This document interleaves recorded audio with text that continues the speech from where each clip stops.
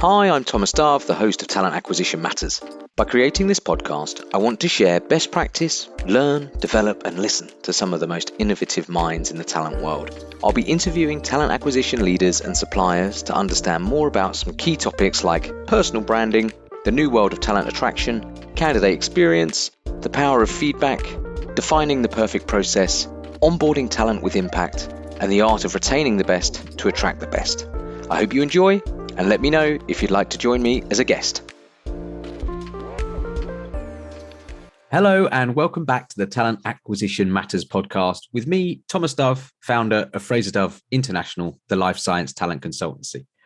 So today's guest is Sven Steinebach, VP Global Talent Acquisition and Employer Branding at Evotec.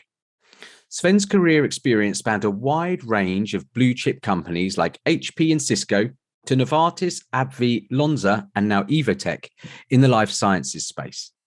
Sven spent nearly 7 years within a global RPO at AMS before going fully in-house in 2011.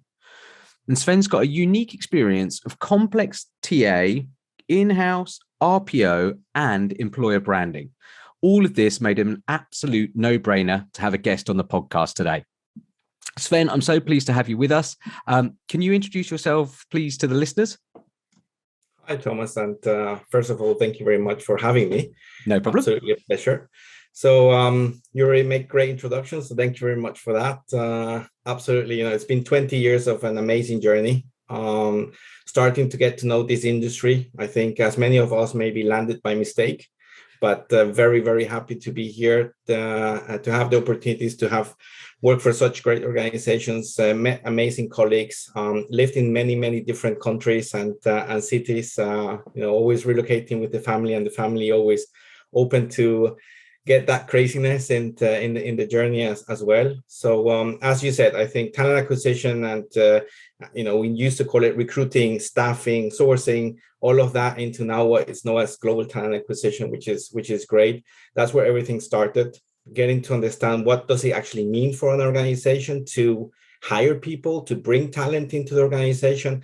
And I think that's what really caught my attention, right? Because so I think in general, still now, but luckily not that much as before, the whole recruiting HR piece has always been a lot underestimated. Yes. Right. So the added value of what this function and this piece of the industry of the company brings as another value to the organization is enormous. And this is a lot of the things that really make me going and gets me up every morning and just trying to make it better and bring that added value to the organizations. But of course, getting to know all the different industries. And at the end of the day, it's like hiring people or the recruiting process or whatever we want to look at it is more or less the same everywhere, and it has the same purpose. But the way we do it is normally very different from organization to organization. And that's why it's really important to really understand the organization you're currently supporting, working with. What is their purpose? How do we do things in this organization in order to find the best tailored way of doing it for that organization? So that's where we stand today, and that's how I came to Evotec to continue the journey, and looking very much forward to it. Thank you. And 20 years, I mean, the change. So you started in agency 20 years ago, then into RPO, then in-house, and now doing TA, employer branding. In that 20-year life cycle, I mean, LinkedIn probably didn't even exist in the way that it did, at the beginning of your journey. So you must have seen huge change. And I think that's one of the most impressive things about what the journey in the last 20 years is, just seeing how technology has been coming up to speed, the way we interact with our markets, the way we interact with our candidates, the way we're able to access information.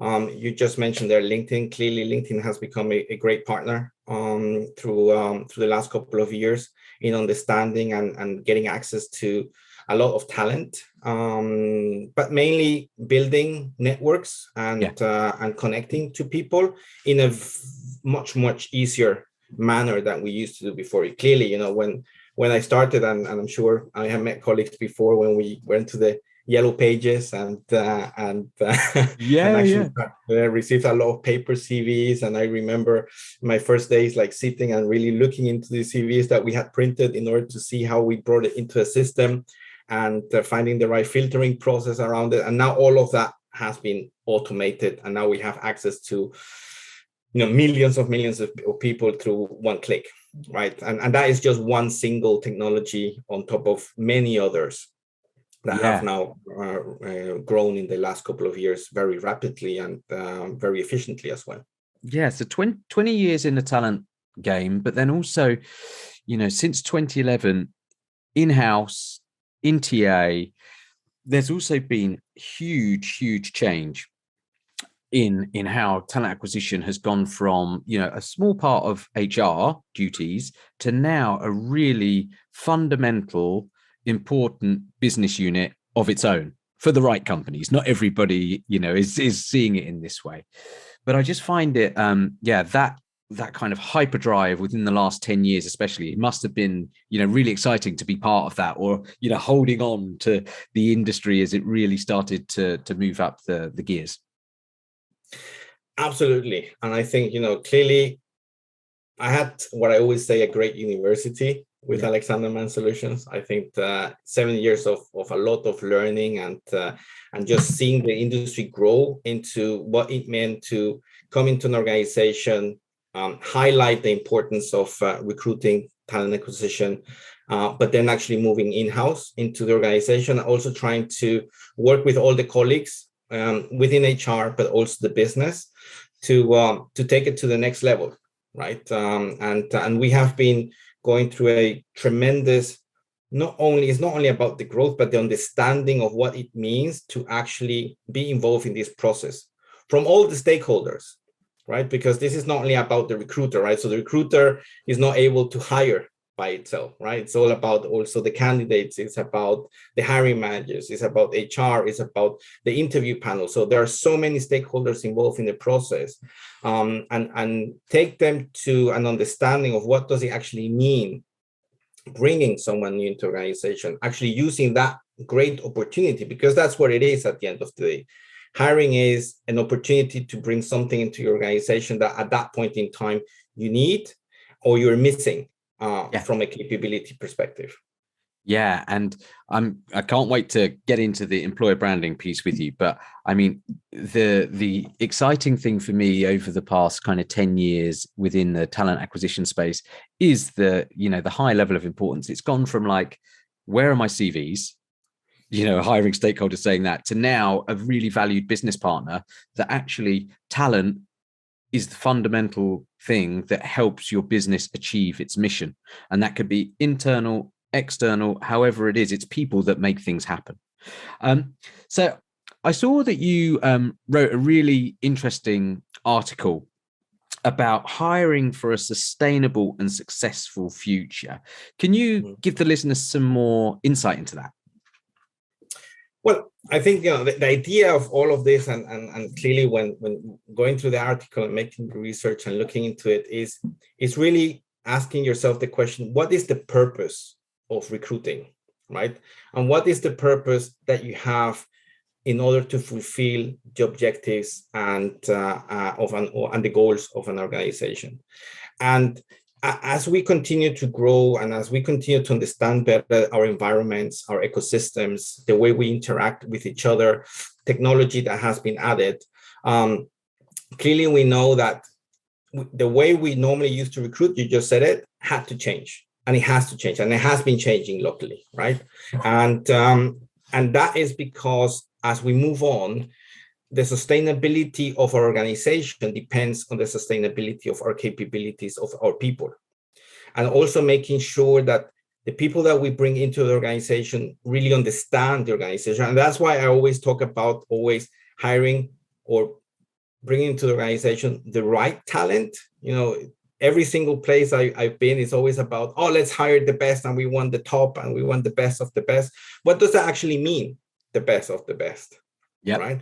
And this is why we just need to get a different approach to this question in order to really find out, okay, what is the right talent for this organization, because someone that is great at one organization does not mean that it's going to be great in a different organization.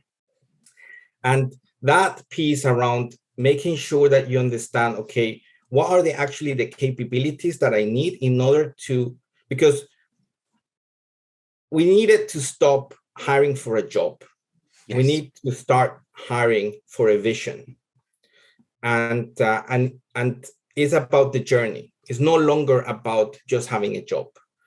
And understanding all of that and bringing it into the process, making sure that the business, that we help the business to understand that importance, that we understand the opportunity on how we do that and how we get it together is essential, right? Because it's there are so many aspects and so many criteria that we need to take into consideration, that we need to be able to do all of this in order to achieve the goals that we want and we need as a group of people. And I love that. I love the stop hiring for a job and hire for a vision. I also think that we're not only in the recruitment game, we're in the retention game, right? Because you can't just keep hiring people externally. It's also about that internal mobility piece. And I think talent acquisition has got a big part to play in that. What do you think?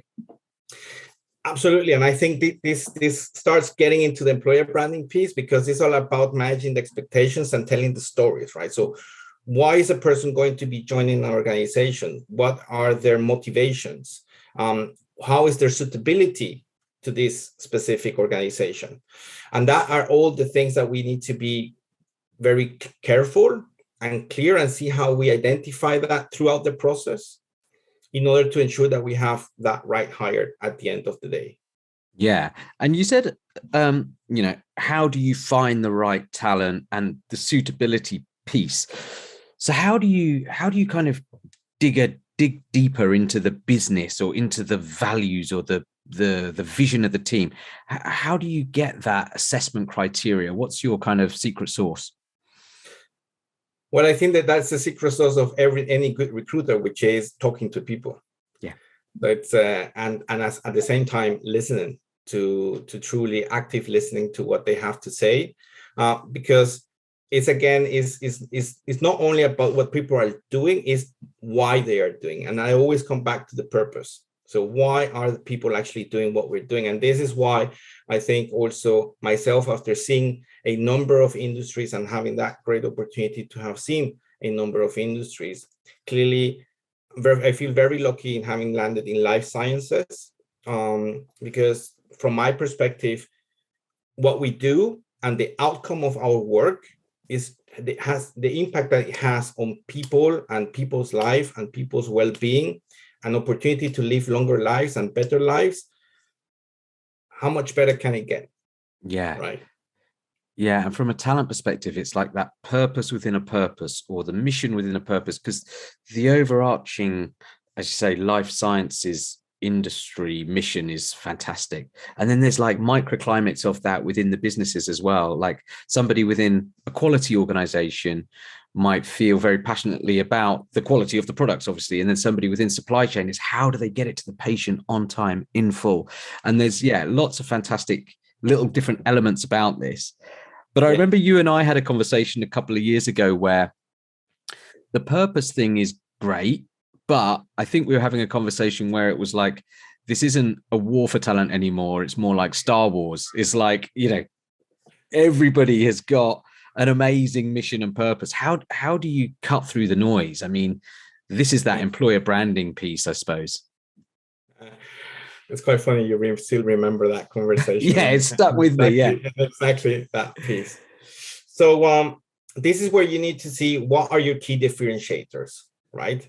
And your key differentiators, from my perspective, is by ensuring that you're clear about how you're telling your story, how you're positioning your story, about what is the actually true meaning of this organization. And this is where we need to be very careful with regards of when we're telling those stories. The stories need to be realistic stories, that they need to be, okay, this is exactly who we are. And I always say that it's with regards of, okay, you can see a lot of people in the streets and you can say, okay, well, this looks like this looks like that. But the question is then when you actually meet the person, And then you see what is their personality, how do they act, what do they like, what they don't like. And then you start seeing if you can connect to that individual. And that is exactly the same place with regards to how do I connect to the vision of the organization? How do I connect with the purpose of the organization? And I think being able to translate those stories, to be clear about what's the messaging behind all of this, that is what makes the difference. Yeah. And then for me, it's that once the story is curated about the employer branding or the company, it's ensuring that it's cohesive in the candidate experience. So every touch point should look and feel the same. But that's also a big challenge. How do you ensure that is kind of integrated into how people feel about the business? And unfortunately, sometimes that process is too long. Right? Yeah, and the story changes. Yes. But from my perspective, the best way to try to do that is that every single person within that process has exactly the same understanding as you have and your organization. And that is making, I always talk about the role of the recruitment coordinator, or let's say the administrative support in the recruitment process, right? Which is for me one of the even more underestimated jobs within recruitment. Because for me, that is a hugely important job, right? Really being that face to the candidate throughout the scheduling process, making sure that they candidate feel that, okay, they are also receiving the information, not receiving it. Any single part of the process, every single stakeholder in the process needs to be fully aligned with regards of, okay, what are we actually telling and what are we actually trying to make sure that the candidate receives through this experience? Because it's hopefully going to be a unique experience for the candidate, right? It's an experience of getting to know something, getting to know someone, getting to know an organization that has a view that maybe no one really understood before, right? And sometimes you come to these organizations where you actually never even heard about them. Yep. But then suddenly you're able to open the doors. And for me, the important thing is that once you open those doors, you make the wow effect. Yeah. Right? And you say, wow, I did not expect this. And this is much better than what I expected. And clearly it's getting that motivation and that engagement going. Keeping it throughout the process to your piece is about making sure that every single one in the process really understands what we're doing and how is what we expect them to do it. Yeah. And from that recruiter or the recruitment coordinator role, I feel that they're the glue that kind of binds the candidate experience together. Those multiple touch points. And then you it's the know, like, trust. It's like, I feel connected to this business because they're communicating with me in the right way. Yeah. Whereas that's a piece. Absolutely. That's the key. Unfortunately, if that is maybe sometimes too heavily automated and it's an email exchange, you lose that familiarity, and then it can sometimes wane on the candidate experience piece. And this is now the heavy balancing act that we have ahead of us, right? Because of course we've been getting very technology heavy, automation heavy, which I believe is essential because at the end of the day, for me, technology needs to be only in the right places in order to really free the time for the person doing the connections, networking, talking to the market, to have enough time to really do that in a qualitative way. Nevertheless, we are seeing that people are overloaded with emails, contacts. People feel like we have moved from, before it was someone searching for a job, right? Then it was an organization trying to find someone, and now it's really just people sitting back waiting for someone to come and talk to them because they know that that's the way it works right now, right? Yeah.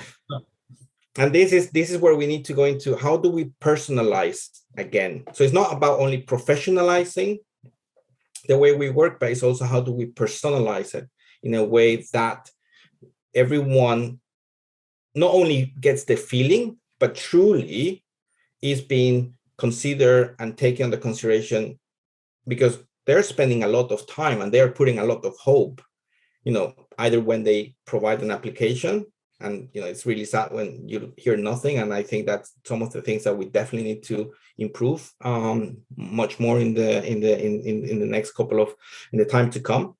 Or even when you have reached out to someone and you make up these great hopes and then suddenly nothing really happens, right? So and it doesn't matter if you're hired, not hired. It doesn't matter which experience you have, as long as it's the right experience. Yeah, it needs to be grounded in reality, and you have to have empathy in each recruitment exchange. We've all been candidates. We all know what it feels like to not get feedback or to be in an automated emailing sequence.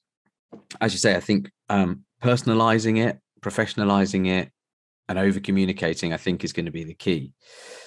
So I'm keen to talk a little bit more about the employer branding piece, because it sometimes is a bit of a term, or employer branding, what does it actually mean? So one of the things I'm keen to ask you, for the listener's sake, I think, is what does good employer branding look and feel like when you get it right? When you're truly able to show the picture of the organization that you are in reality. Yep. And you're able to translate in a way and in a manner that is easy for people to engage with and understand and get the message. And I think that this is going to be really important as employer branding continues to evolve. And what do you think about getting your people kind of front and center? We're all moving to digital, it's video, it's all this kind of thing. What's your thoughts about, again, an insight into our company rather than an overly corporate vanilla type video? It's actually saying, these are our people, have a look. Do you see people that look like you? Does that make you feel more comfortable with the company? Do you think that there will be a drive to kind of digitalization and as I said, opening the door into the business a little bit more? I say yes. Always the question remains, how do we do it best? Right. Yeah. So there is no question. And I think, and I've seen a lot of intentions of opening it now. And of course, the last couple of years have moved us much more into video. So people are no longer afraid of videoing themselves or using their own phones to send a message. And we have seen a lot of that evolving in the last couple of years. So clearly we're in the right direction. I just think we just need to also see how we make it. The thing is about all of this is the sustainability question, because you can bring one message and you can send and prepare a video. And the question is, how do you do that so that it's consistent and it's sustainable, and that you have the time of the people that are going to be involved from a business perspective, also that it makes sense, right? And it's spent in the right manner, right? Because, for example, right now we have great scientists doing a great science, but we also, of course, want to involve them and see how we can bring a lot of that into the external market. Yeah.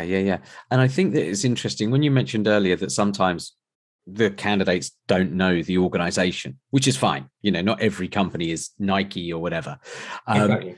But it's when you do have that engagement, what we're seeing now is a bit of a drive for what some people are calling like content for candidates.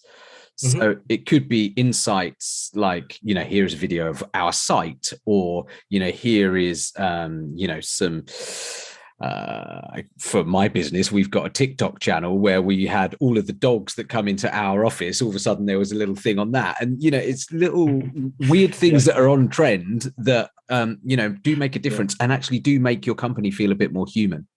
Yeah. But not everybody has a TikTok channel with their dogs on like I do. But yeah, I just think that there is definitely a drive for, candidates want to consume content, and it'll be on their phone or it'll be on LinkedIn, where they can, as I said, have a little insight into the business and be like, okay, yeah, I'm interested in understanding more about that company. Or, the first call sounded great. Now I really have seen 5 or 6 different videos or read some articles, and this is a very candidate or company that's really interesting for me. Also, so you've spoken about what companies can do to stand out. Thank you for that. So what do you think is the future of employer branding? You know, when a person actually has gone through the process and all of that great stuff has happened and they have actually now gotten the job. And then you come into the organization and you experience the first weeks and the first months of the organization. And then you really know what you got yourself into. Yes. Yeah. It didn't matter really what have you been told or what you thought you experienced. And it's always like, you know, when you go into the dates and you have your first dates and everything really great, just afterwards is when you actually get into know what relationship you got yourself into.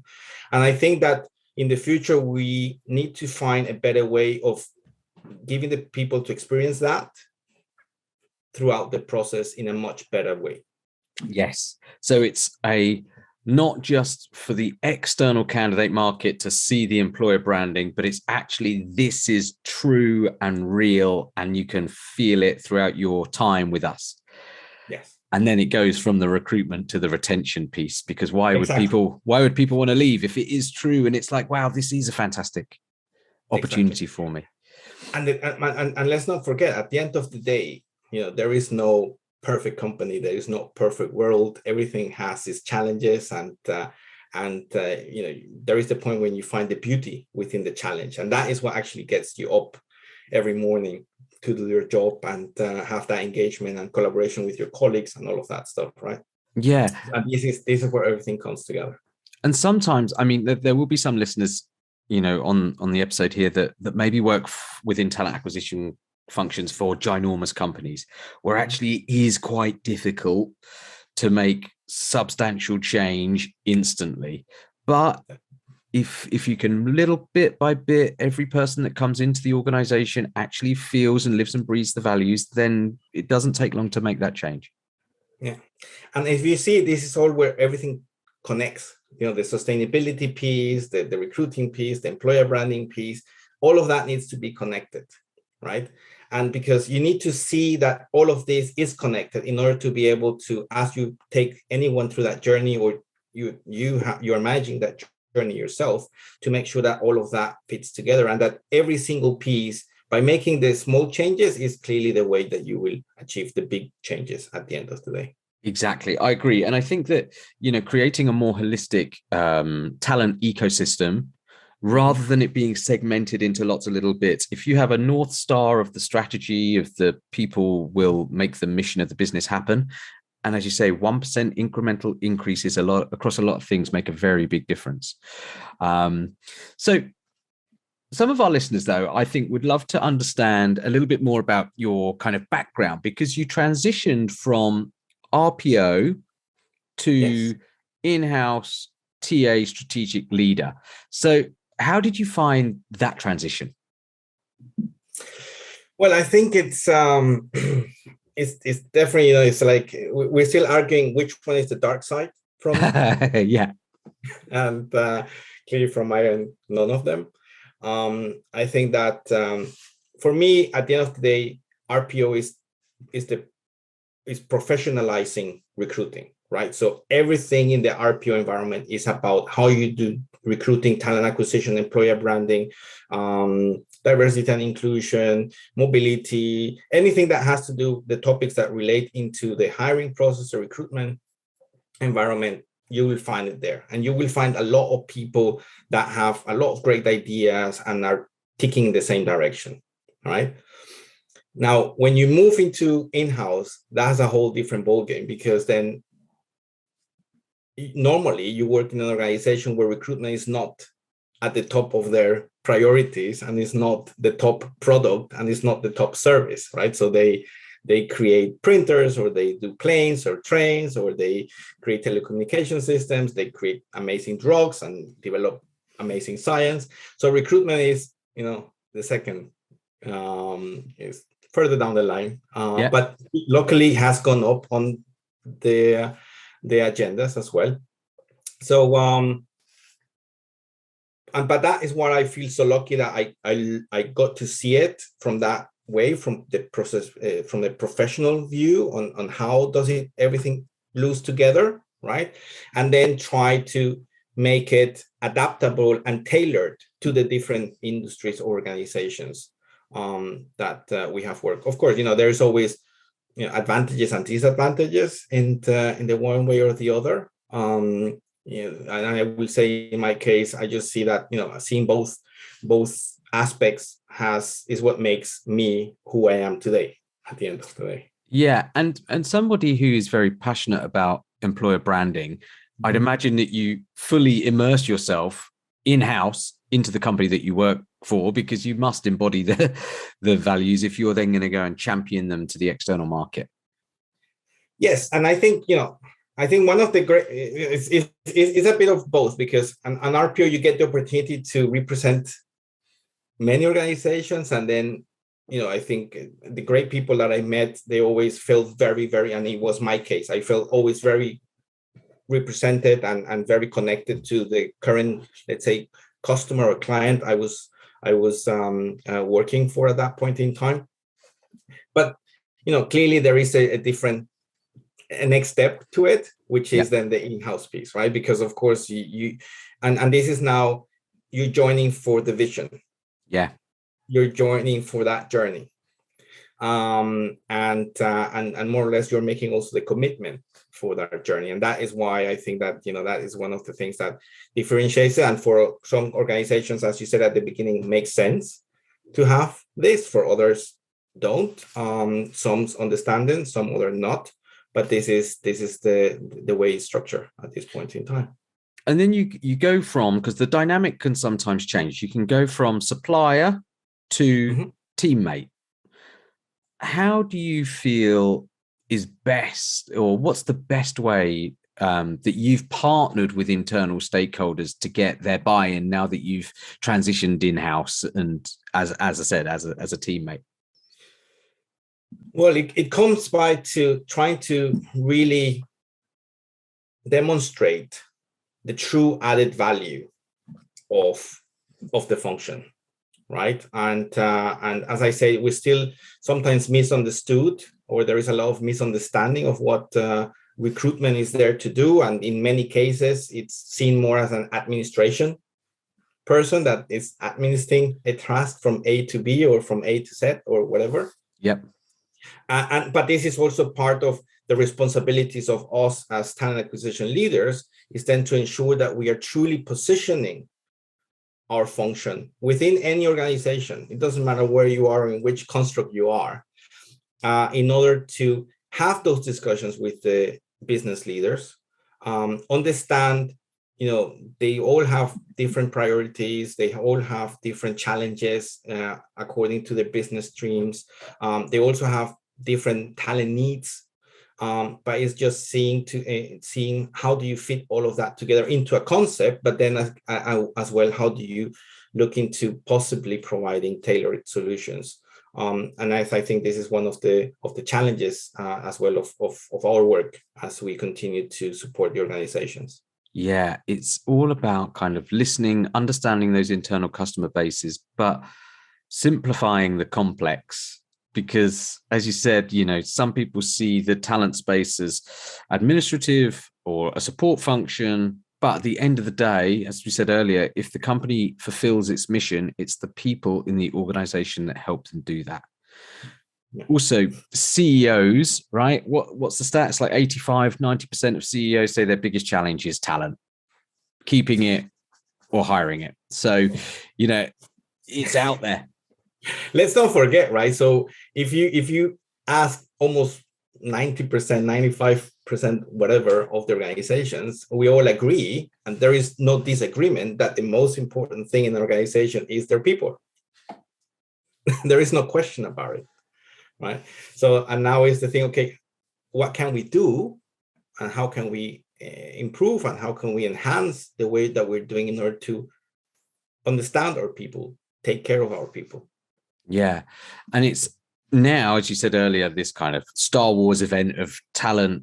We've got great resignations, you've got migrations of talent, from industry to industry. You've got the CDMO industry that's, completely blowing up. You got there's more private equity money sloshing around than ever before right now for biotech companies. There's just like so much cool stuff going on. But not everybody just wants to work for your company. It's not like, oh, that's it. There are so many opportunities out there. Plus, you've got candidates that go to leave an organization and then their company says, hey, you can't leave. Here's an extra $50,000 on your basic. You have to stay. What problems do you think or hiring stakeholders in general are facing right now? What do you think are the biggest challenges that they're trying to overcome? Well, I think one of the biggest challenges or let's say the most obvious one, is always the compensation piece, right? How do I compensate and how do I make sure that I remain competitive in the marketplace? And I know it's not easy because, of course, compensation is a big part of our way of living, right? And we get used to sometimes nice things and all of that stuff. But I do think that at some point, we also need to start taking compensation out of the equation. And I think that in the last couple of years, life has is teaching us that there is definitely more important things in life that we need to take care about. And I think that is also one of the pieces that we need to see how not forgetting, of course, the compensation piece, which is, I think, the challenge. And the second one will be clearly, retaining the people, because it has never been easier to change jobs in the whole history of lifetime as of today. Before you worst case scenario, you at least had to cross the street. So when you move from one side of the street to the other side of the street, but now you don't even have to do that. Right? You can actually continue to just talk to the same computer you're talking to. And the only thing that changes are the people behind it, but you have your same environment and you still need to take care of everything that you have, and your home office and looks the same. So that is pretty easy, right? And also, of course, the piece with regards to how do you really hire within a true global environment? Because the more and more boundaries and borders are falling and related to this topic, and this is what we also need to see. How do we look into that, and also how do we create the right working environment for an individual, which we know is changing due to the circumstances. Clearly the pandemic has thrown us 10 to 15 years ahead in time, where we could have been maybe in 15 years related to the understanding of home office, flex working, reducing traveling and all of that stuff. It's now, and the discussion is over as well, right? Because everyone had to go to exactly the same or had to play against the same with the same rules. So those are key challenges that we will need to see how we continue to find the right answers for us. And also, how do we adapt it against our narrative? Going back to the employer branding, is how do we adapt then the challenges that we have and what we actually want to achieve to the narratives and to the messages that we send out to the marketplace? Yeah, it's a couple of really interesting topics there, because I think, when it comes to, you said earlier, you want the story to feel easy and real, right? And then it must transpire that it goes from your first initial engagement to actually when you're working for the company, they saying it as it is. This is the right company for me. This is going to make me want to stay. But then you have to care about your people. You have to develop your people, but often you might be doing this digitally. So as you said, it might have changed from being 5 days in the week where it's quite visible, quite tangible. Someone, you see someone, the water cooler moments, they're kind of disappearing now. So this kind of future of work, this hybrid model, I definitely still think there is space for people to be connected in a community within an organization. And we're going to have to work out how you do that totally remotely. Yeah, and the funny thing about this is I know people that they have before they were dreaming like, oh, if I was only able to work from home, and I wish I could work from home, and now they're like, please send me back. Right? So I think this just shows also the complexity of our work, right? So and the whole HR, right? Talent acquisition is a part of it, but the whole of HR, the whole way we understand our people, take care of our people, look into providing the right environment, the right opportunities, make sure that they feel engaged with our organization, they feel engaged with our purpose, is just something that will continue to keep us busy for many, many years. Oh gosh, yeah, absolutely. No, I'm with you there. So, I'm quite interested in kind of tapping into that kind of forward future TA state. So, what do you think will, we've gone hyperspeed, probably done 10 years worth of future development in the last 2. Yeah. What do you think is going to come next? Where do you see talent acquisition developing? I think that talent acquisition needs to remember its nature and where it's actually coming from.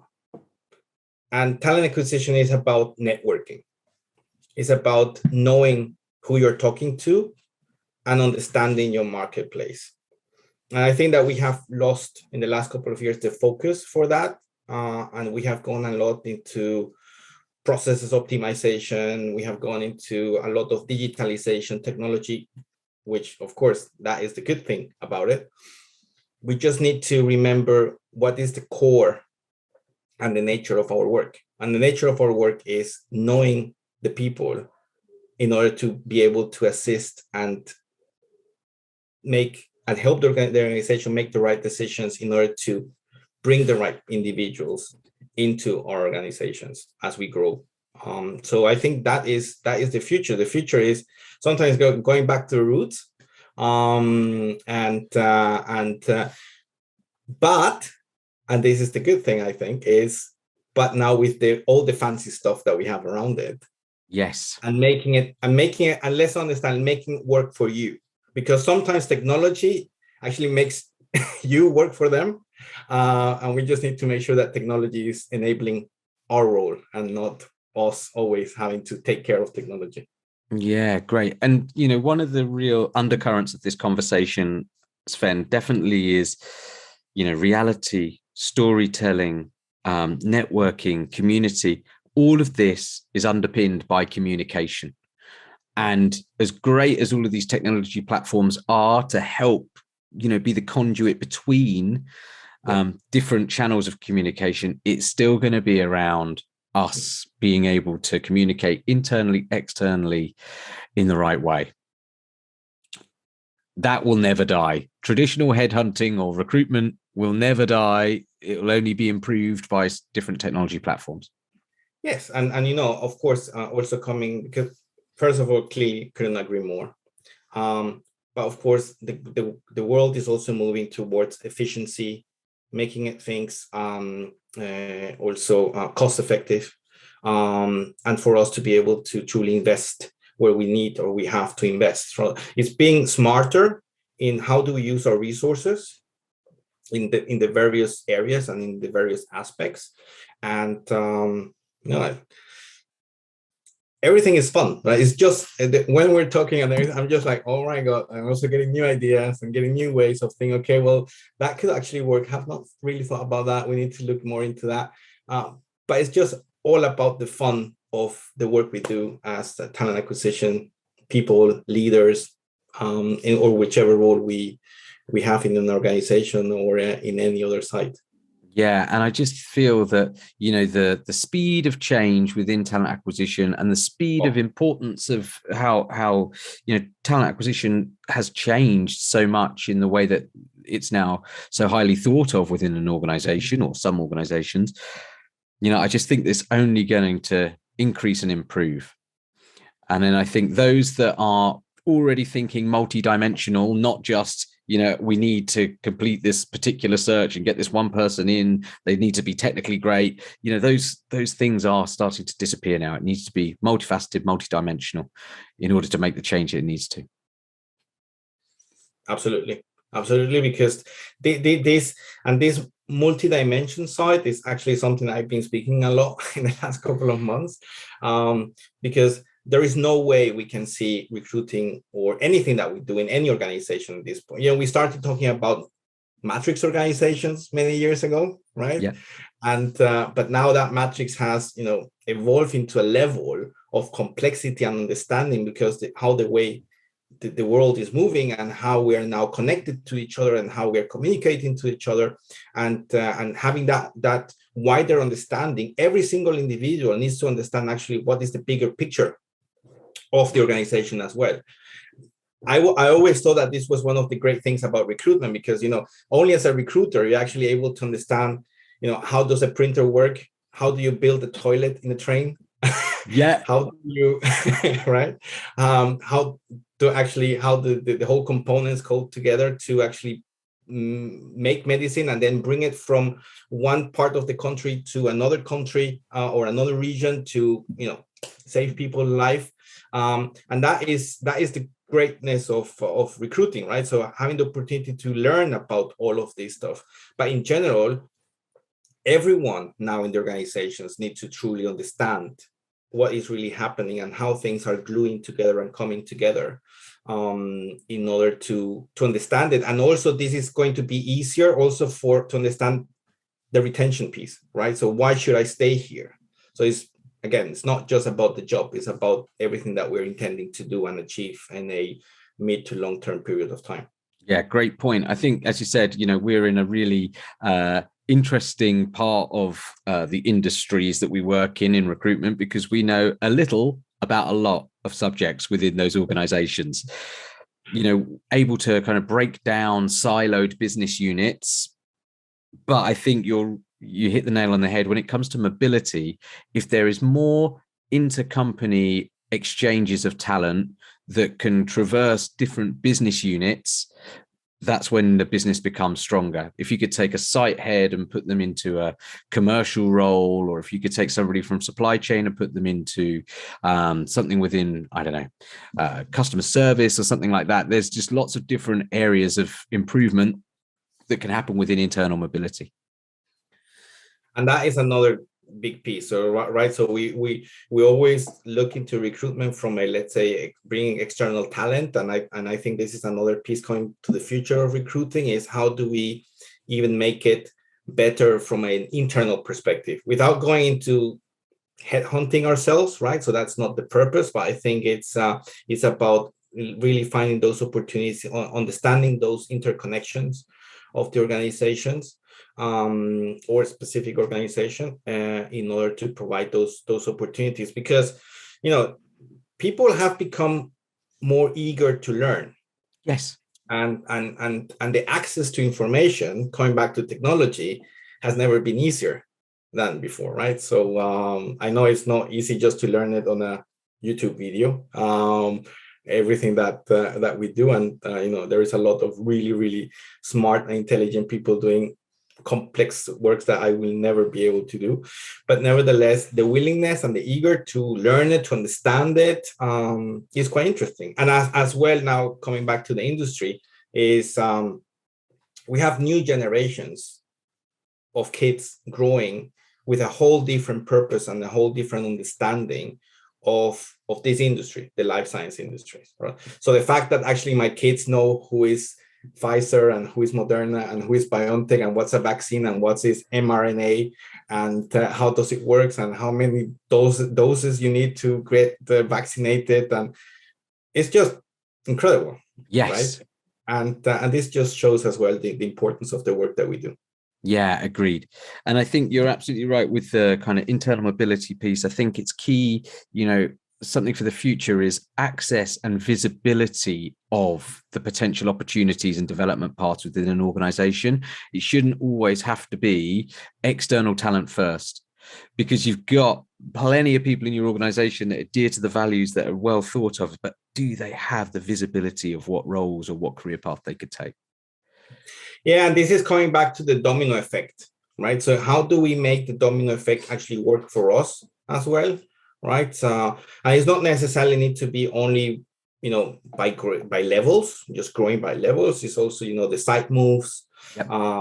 As well, and giving the opportunity to look into various and similar to currently at Evotec, but in many organizations, there are so many great things, and there are so many different ways of doing, and there are so many products that you are developing, and there are so many ideas that you're creating. The opportunities are there, but it's not easy. I think we all need to, and we're all very clear that it's not as easy as we wish it is. Yeah, but I must say, I mean, I've really enjoyed this conversation. It's been very easy to listen to. I love your thought process on all things employer branding. And I think there's going to be plenty of people out there that will be able to listen to this and say, they might be working in an RPO at the moment and thinking, hey, I want to go in-house. I want to immerse myself fully in a company. And I think that you've got a really great few stories and career to talk of being able to make that transition. So fantastic, Sven. I really enjoyed it. No, for sure, a couple of stories, and people that know me, they know I like to share them and with others. So also very happy for anyone that would like to get in touch. I'm on LinkedIn as well. So clearly, as majority of us. Yes. So feel free to reach out, send me a message, and we will definitely try to find some time to have a interaction. Great. And I really appreciate that, because what I'm also trying to do here is create a community within TA, because I think, as we said earlier, it's not always the easiest part of the business to work in. I think it's really improving. But what we're seeing right now is people able to listen to some of these podcasts, share some ideas. So Sven, I greatly appreciate you being able to be open to any conversation with anybody. But it was fantastic. I really enjoyed today's episode. Thank you very much. No, thank you, Thomas, and also a big thank you to you for promoting our industry and what we do. So I appreciate it. I also enjoyed it a lot. It was a lot of fun. Very easy to chat, and look forward to keeping in touch and our further interactions. Perfect. Thank you, Sven.